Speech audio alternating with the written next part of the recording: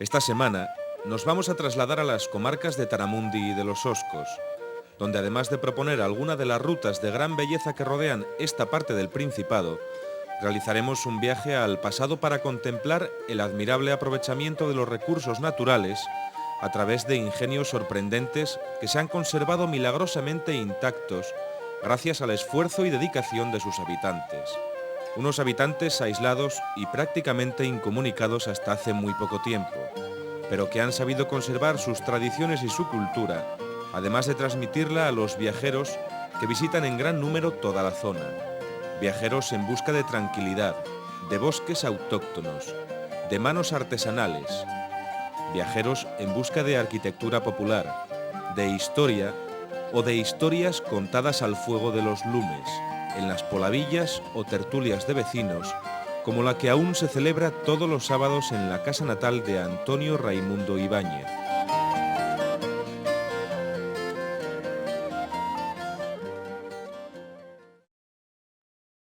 Taramundi es un pequeño concejo del occidente de Asturias, cuya extensión apenas supera los 80 kilómetros cuadrados. Delimitado por sierras y cordales de relieve ondulado, dos ríos, el Cabreira y el Turia, atraviesan estas tierras para desembocar en el Eo, ofreciendo un paisaje sereno y de abundante vegetación.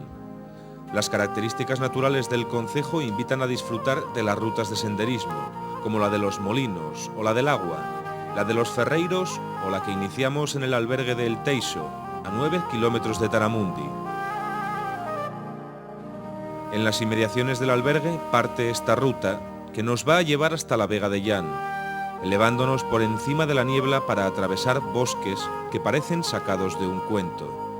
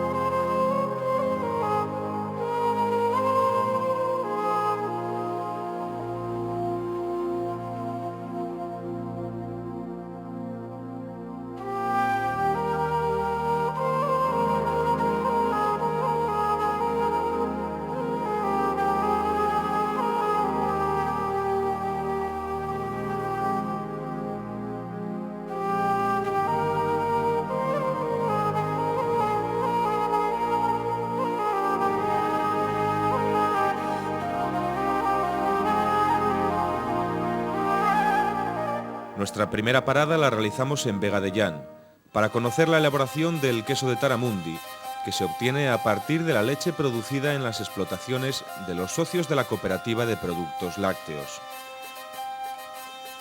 La elaboración comienza calentando la leche, mezcla de vaca y cabra, hasta llegar a los 31 grados centígrados de temperatura.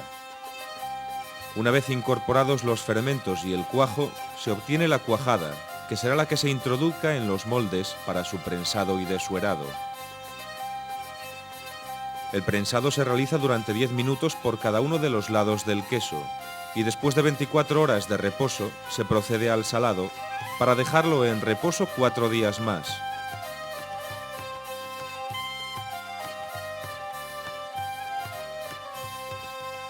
La maduración se realiza en cámara durante 60 días a 10 grados de temperatura y un 90% de humedad. Su comercialización se lleva a cabo de diferentes formas, en fresco, semicurado o con nueces y avellanas.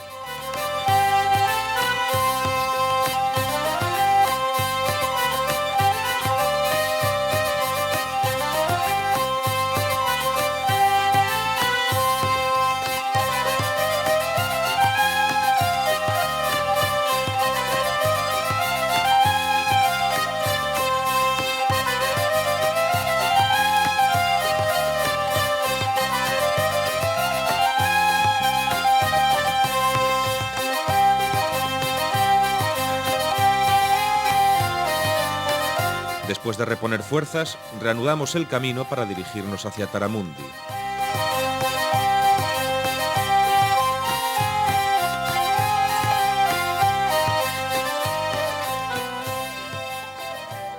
Hasta hace pocos años, Taramundi era conocido tan solo por su vinculación a la artesanía del hierro. Esta tradicional actividad, unida a la naturaleza, la etnografía y la gente afable y hospitalaria, a pesar de su aislamiento, dio paso a que fuera elegido para una de las primeras experiencias de turismo rural. La villa de Taramundi reposa contra la montaña. En lo alto, la iglesia, cuyas campanas se elevan sobre todo lo demás, junto al monumento en homenaje al maestro lombardero.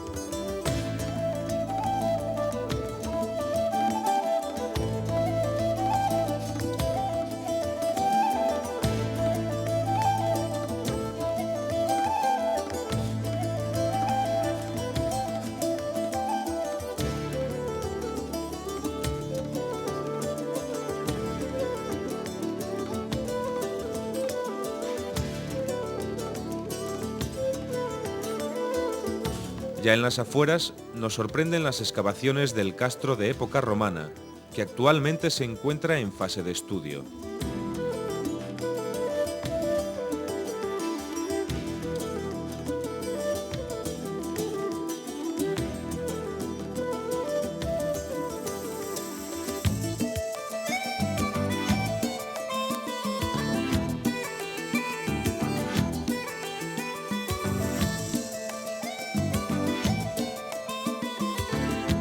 Nuestra siguiente parada, dentro de la Ruta del Agua, es Mazonovo. En este pequeño núcleo cercano a Taramundi, la iniciativa privada de una familia ha conseguido recuperar la primera central eléctrica que se puso en funcionamiento en la zona, así como diferentes tipos de molinos, desde los utilizados por las civilizaciones mesopotámicas 3.500 años antes de Cristo hasta la llegada de los molinos hidráulicos. En Mazonovo podemos observar cómo se aprovechaba el cauce del río para dar luz a las viviendas, a la vez que se molía el maíz para obtener la harina para hacer el pan. Bueno, este es un museo sobre los molinos y lo hemos enfocado en la evolución de los molinos a lo largo de la historia. Partimos desde el primer molino conocido, el de Albaida, que data de 7.000 años antes de Cristo, hasta el molino actual, que es el que ya estaba en funcionamiento cuando hemos empezado la restauración. Aquí en el museo, además del entorno que tenemos, la gente puede ver los molinos que hay, puede además moler en ellos, probar cómo se molía antiguamente, y también ve el molino que está en funcionamiento hidráulico, tanto desmontado con todas sus piezas como también en funcionamiento. La harina se obtiene de la molturación de diversos cereales, aunque el más utilizado para hacer pan es el trigo. El grano de trigo por la parte exterior es de color marrón y por dentro blanco. Para poder separarlo se emplean diversos tipos de molinos.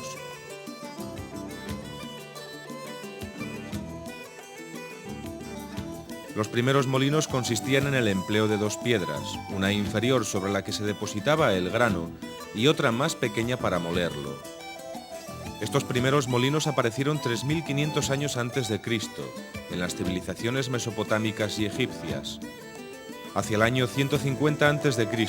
se emplean dos tipos de molino manuales, uno alternativo con una piedra circular que gira sobre otra de izquierda a derecha empujada por dos mangos, y otro rotativo que gira en un solo sentido accionado por un mango introducido en un orificio en la parte superior.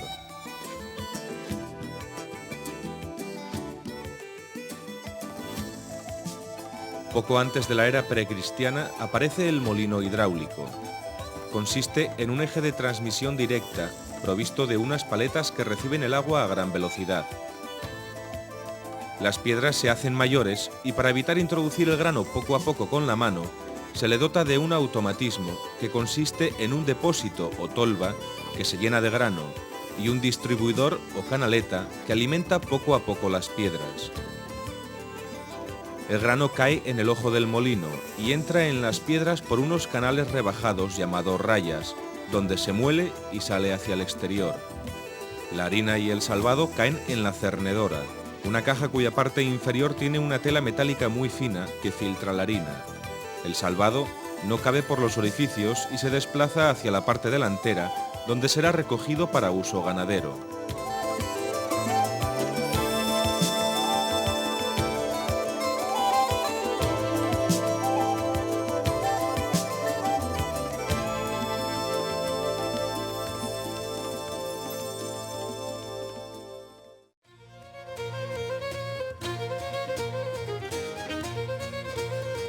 Nuestra siguiente parada dentro de la Ruta del Agua es el conjunto etnográfico de Os-Teixois. La primera sensación que uno tiene al asomarse a Teixois es que parece que te encuentres dentro de una postal. Los antepasados de las gentes de este lugar utilizaron los recursos naturales de una forma admirable. El aprovechamiento de la fuerza del agua se observa perfectamente en Teixois. El molino, la rueda de afilar, la central eléctrica, el batán y el mazo son unos ingenios sorprendentes que se conservan milagrosamente en perfecto estado. Lo que es el molino data de aproximadamente unos 300 años atrás. Lo utilizábamos y yo mismo tuve la suerte de verlo y de comer mucho pan molido por ese molino. Aquí lo que se sembraba en este pueblo de Teixois era trigo, centeno y maíz. Molíamos en el molino y luego hacíamos el pan en casa. Luego teníamos lo que es la piedra de afilar. En la piedra de afilar es donde se afilaban todo tipo de utensilios de labranza de corte que se fabricaban en el mazo. En los mazos se hacía todo tipo de utensilios de labranza, hacíamos hachas, hoces, azadas, clavos, herraduras, utensilios para casa, cazos, sartenes, bueno, más o menos todo lo que sea de hierro se trabajaba en los mazos. Esto en sus tiempos fue una industria de quizá la más importante de toda esta zona. Y luego llegamos al batán. El batán fue uno de los elementos que hubo que añadir a este conjunto. El batán en Teixois se había perdido por completo. Y se utilizaban en aquellos tiempos para suavizar las telas que se tejían de lana. No había tejidos como los que tenemos ahora, era todo lana de oveja, eran unos tejidos muy duros, muy ásperos, que no se puede hacer nada de ellos, se tejían en los telares y luego las traían a los batanes para suavizarlas, tupirlas y sacar el pelo, para dejar la tela suave. Y luego tenemos lo que es la herrería, mazo y fragua. También me recuerdo a verla funcionar, pero a verla funcionar en pleno rendimiento. Y esto hoy en día trabajamos con ella, pero ya solamente para hacer exhibiciones para la gente. Aquí donde hacíamos este tipo de utensilios de labranza. Tenemos lo que es el mazo y tenemos la fragua donde se calienta el hierro, se pone a rojo vivo para ablandecelo y luego debajo del martillo pilón es donde se estiraba, se laminaba y daba forma a todo tipo de herramientas.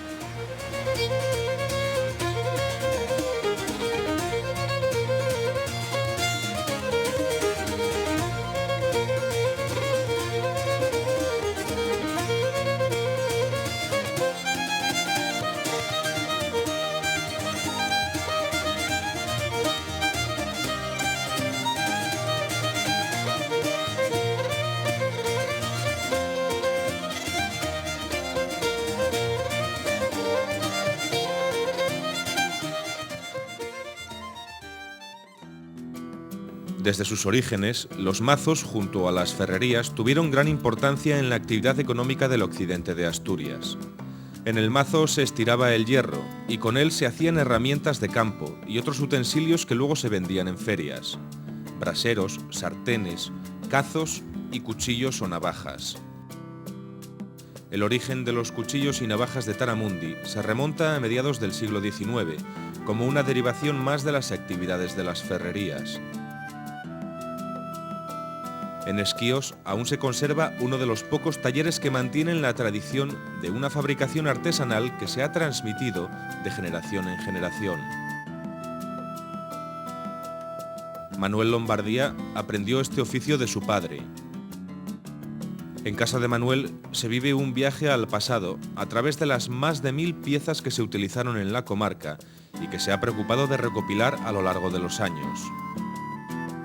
La visita a Esquíos es una parada en la historia viva, en las señas de identidad de Taramundi, a través de unos productos reconocidos incluso más allá de nuestras fronteras.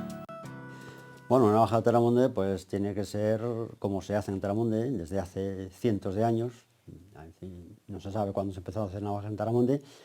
Y bueno, una navaja de Taramundi tienen fama porque cortan bien, tienen hechas a mano más que nada. Es una tradición que no se perdió todavía, se sigue haciendo el sistema más o menos como hace muchos años.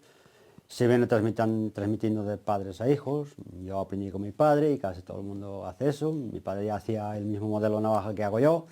Cada uno tiene un modelo más o menos particular, no hay dos iguales. Uno de los secretos de estas navajas es utilizar carbón vegetal para el forjado, debido a su mayor energía calórica. El carbón vegetal se hace con madera de castaño o de brezo, que el propio Lombardía recoge por la zona. El templado de la hoja es quizá lo más complicado, y cada artesano le da su toque personal. Aunque lo que realmente define las navajas de Taramundi es el afilado. El afilado tiene que ser manual y en su justa medida, ni más ni menos.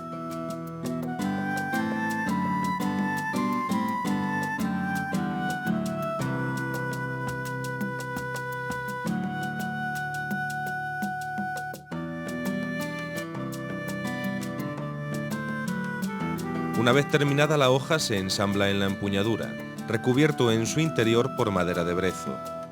El brezo se tiene que secar un par de años al natural para que sea más consistente y ya está listo para trabajar la pieza y poder sujetar la hoja con un eje pasante.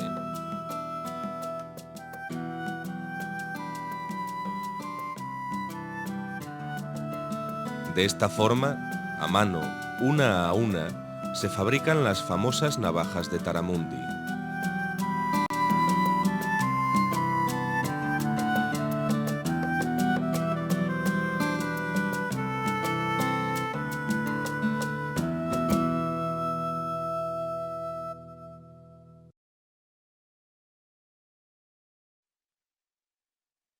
En el límite con la provincia de Lugo se sitúa la comarca de los Oscos, una región de muy antiguas tradiciones y profundo interés histórico y cultural. Los parajes que dominan la unidad geográfica de San Martín, Santa Eulalia y Villanueva de Oscos conforman un espacio singular con una extraordinaria variedad paisajística de la que el viajero puede disfrutar a lo largo de numerosas rutas. Para nuestro viaje por los Oscos nos dirigimos primero a San Martín.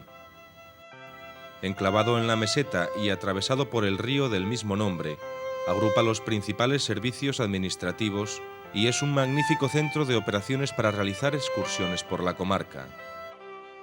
San Martín guarda en la memoria de sus piedras grises y de sus techumbres pizarrosas el apagado esplendor de siglos pasados. A la derecha de la fachada de la iglesia parroquial podemos ver uno de los hórreos más significativos de los Oscos, el hórreo de Curón.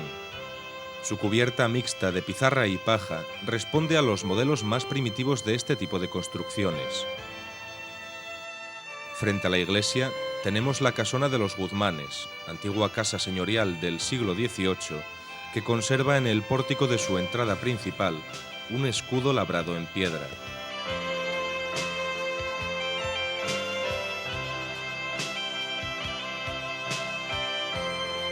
A escasos 5 kilómetros de San Martín se encuentra el pequeño pueblo de Mon. El palacio de la familia de Mon y Velarde se eleva sobre la roca natural de la colina y conserva unos magníficos escudos blasonados.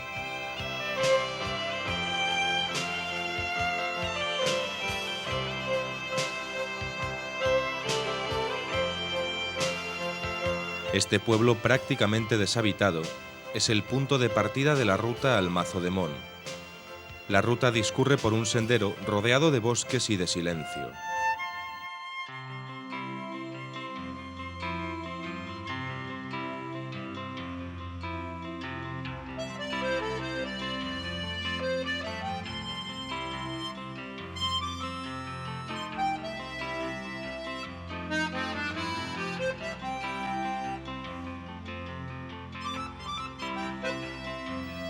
Después de bastante más tiempo de lo que indica el letrero al inicio del camino, llegamos a un mazo abandonado, semiderruido, que vivió con toda seguridad tiempos de mayor esplendor.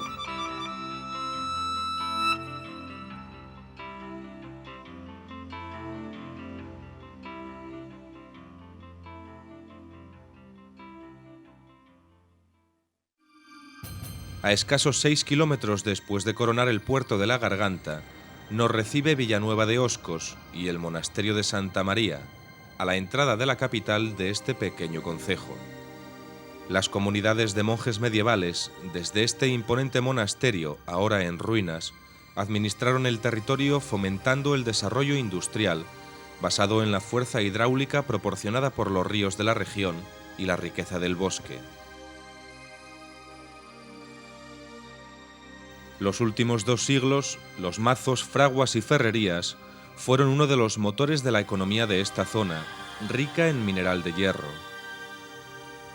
A Vegadeo llegaba mineral por barco y se transportaba después en mulas hasta las ferrerías, donde se trataba en bruto. En los mazos como el de Mazo Novo se moldeaban las planchas y en las fraguas se les daba diferentes formas para ser utilizadas por el hombre.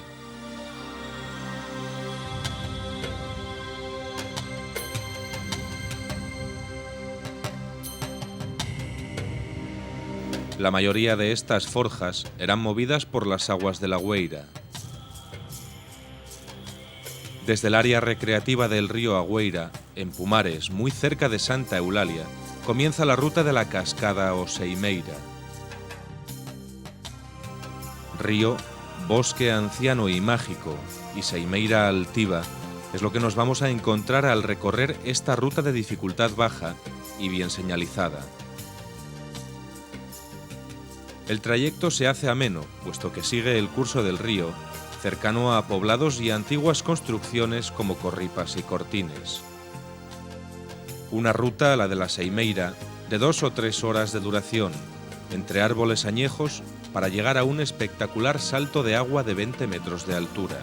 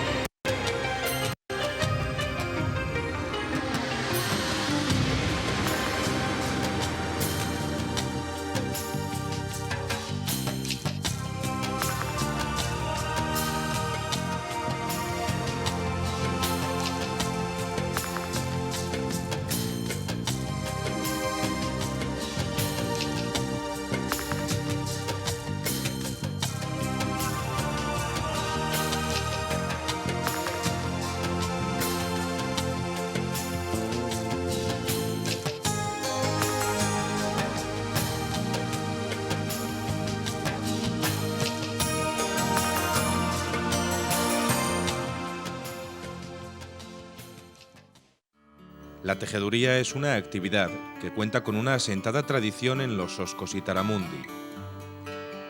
En Santa Eulalia, Irene Villar ha recuperado el oficio del telar, utilizando materiales naturales como la lana, la seda, el algodón o el lino. La técnica del telar, sobre todo, es laboriosa.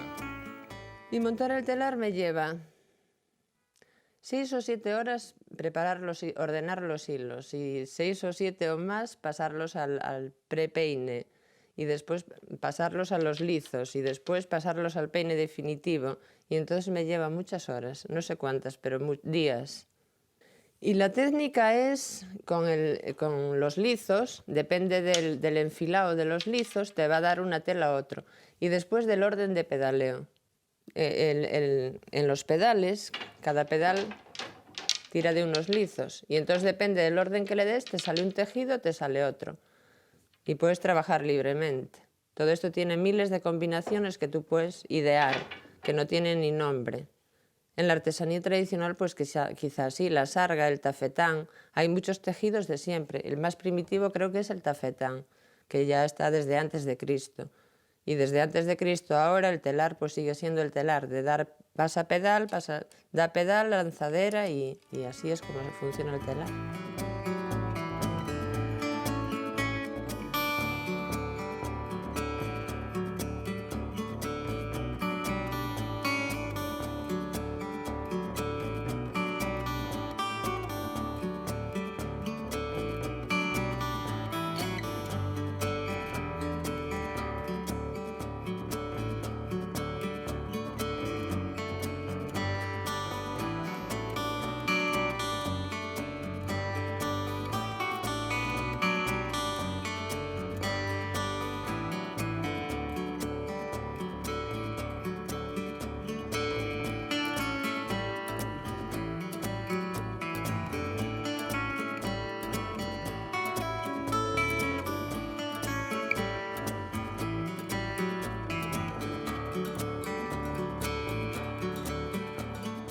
Otra actividad que se mantiene milagrosamente en los Oscos es la de los cesteros.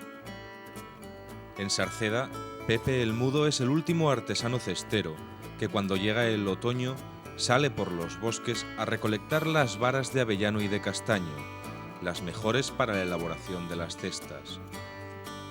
Las manos de Pepe están llenas de tajos que se ha hecho a lo largo de los años, intentando sacar las mejores tiras, y que nos muestra orgulloso como si de las muescas de un pistolero se tratara. Un oficio, el de cestero, duro y, como los urogallos, en peligro de extinción.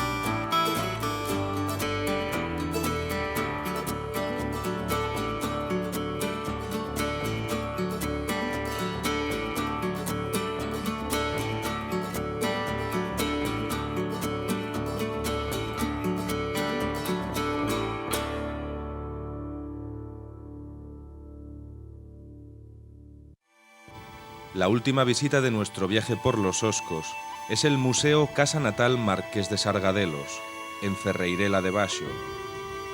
Antonio Raimundo Ibáñez es un ejemplo de hombre hecho a sí mismo, pues nació en una familia humilde, con pocos recursos, y llegó a convertirse en un gran empresario.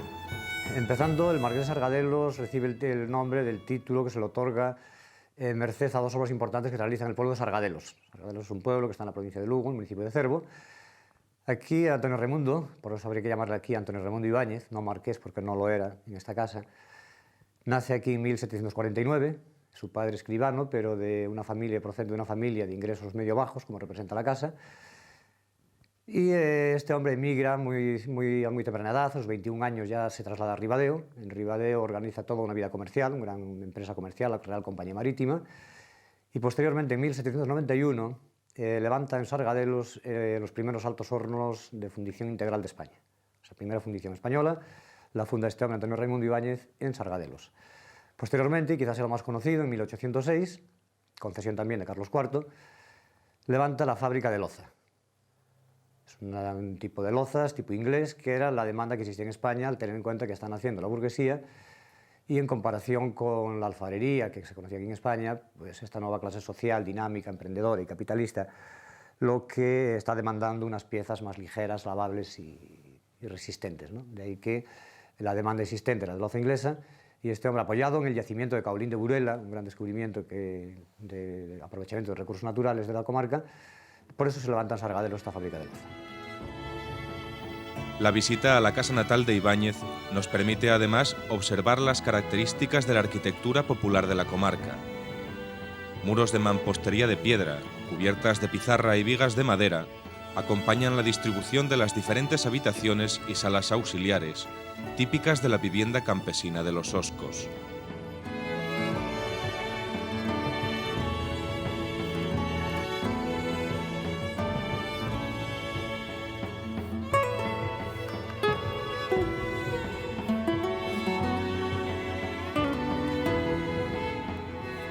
Estamos en un territorio en el occidente de Asturias. Eso supone un territorio de frontera con la zona de Galicia, por un lado, que somos primos hermanos, igual que lo somos también de la zona de León, ¿no? Así que este territorio en realidad es un territorio de frontera, incluso también para la geología que nos ocupa, ¿no? Un territorio muy particular, desconocido, que no tiene nada que ver en cierta medida con lo que sucede en el oriente de Asturias. Allí predominan las calcitas, es un material pues, geológicamente nuevo. Sin embargo, en esta zona pues, estamos hablando de periodos de formación tremendamente antiguos, ¿no? Periodos que se remontan a unos 300.000 años, cuando estas formas que estamos viendo se constituyen en levantamientos de la época del Herciniano, que han sufrido una tremenda remodelación por el efecto de los glaciales, que los ha convertido y desgastado hasta convertirlos, como veis, en una zona de planicies a unos 800-900 metros de altitud y orientados hacia el sur de la Cordal de la Bobia, que tenemos justo detrás.